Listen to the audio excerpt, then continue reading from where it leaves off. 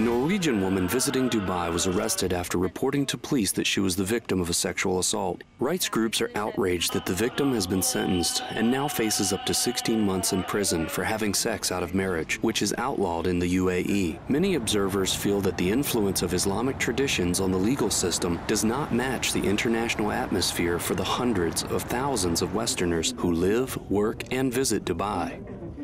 As the case proves, there are serious risks for outsiders who might misunderstand the Islamic-influenced legal codes. Marta Deborah Delav was in the city for a business conference and was sleeping in her hotel room when she was assaulted. Yeah, I woke up and realized I was being raped, and I went down to the lobby and I asked them to call the police for me. They asked me, "Are you sure you want to call the police?" And I thought, of course I want to call the police. Because that's a natural reaction where I'm from.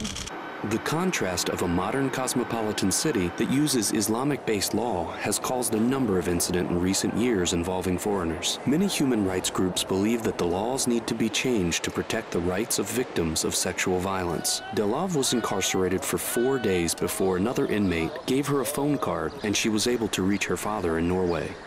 My stepdad, he answered the phone.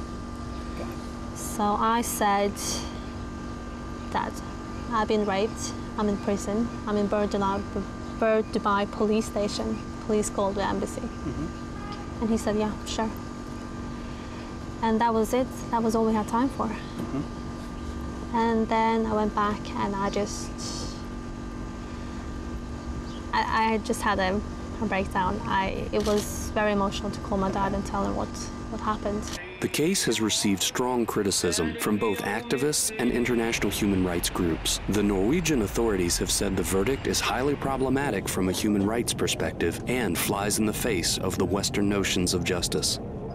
I have to spread the word because we've been thinking about calling the press for quite some time, but we were worried that would affect my case in the worst, for the worst, because it could be that they would make me as an example, showing that in Dubai we have our rules, you have to follow them.